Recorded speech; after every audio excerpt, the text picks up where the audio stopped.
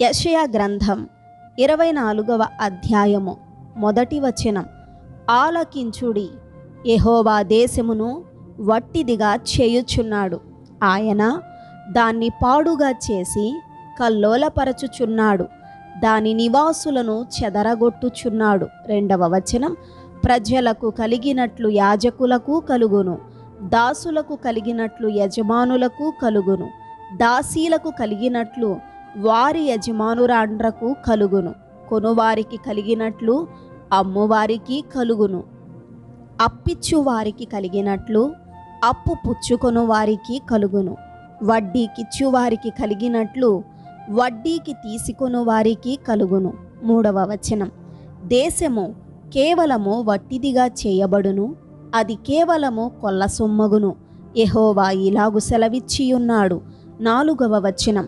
దేశము వ్యాకులము చేత వాడిపోవుచున్నది, లోకము దుఃఖము చేత క్షీణించిపోవుచున్నది, భూజనులలో గొప్పవారు క్షీణించిపోవుచున్నారు. 5వ వచనం.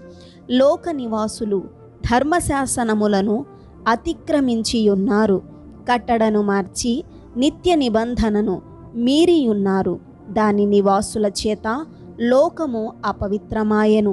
6వ వచనం. శాపము దేశమును నాశనము చేయుచున్నది, దాని నివాసులు శిక్షకు పాత్రులైరి, దేశ నివాసులు కాలిపోయిరి, శేషించిన మనుష్యులు కొద్దిగానే ఉన్నారు. 7వ వచనం.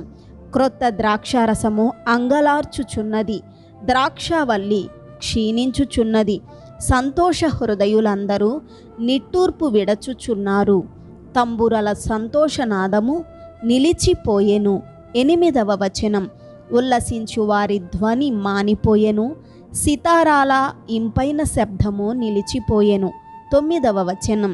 పాటలు పాడుచు మనుష్యులు ద్రాక్షారసము త్రాగరు, పానము చేయువారికి మద్యము చేదాయెను. 10వ వచనం.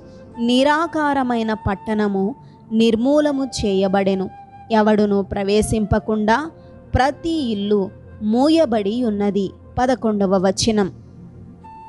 ద్రాక్షారసము లేదని పొలములలో జనులు కేకలు వేయుచున్నారు, సంతోషమంతయు అస్తమించెను, దేశములో ఆనందము లేదు. 12వ వచనం. పట్టణములో పాడు మాత్రము శేషించెను, గుమ్మములు విరుగగొట్టబడెను. 13వ వచనం. ఒలీవ చెట్టును దులుపునప్పుడును ద్రాక్ష ఫలముల కోత తీరిన తరువాత పరిగే పండ్లను ఏరుకొనున్నప్పుడును జరుగునట్లుగా భూమి మధ్య జనములలో జరుగును. 14వ వచనం. శేషించిన వారు బిగ్గరగా ఉత్సాహధ్వని చేయుదురు, యెహోవా మహాత్యమును బట్టి సముద్ర తీరమున ఉన్నవారు కేకలు వేయుదురు. 15వ వచనం.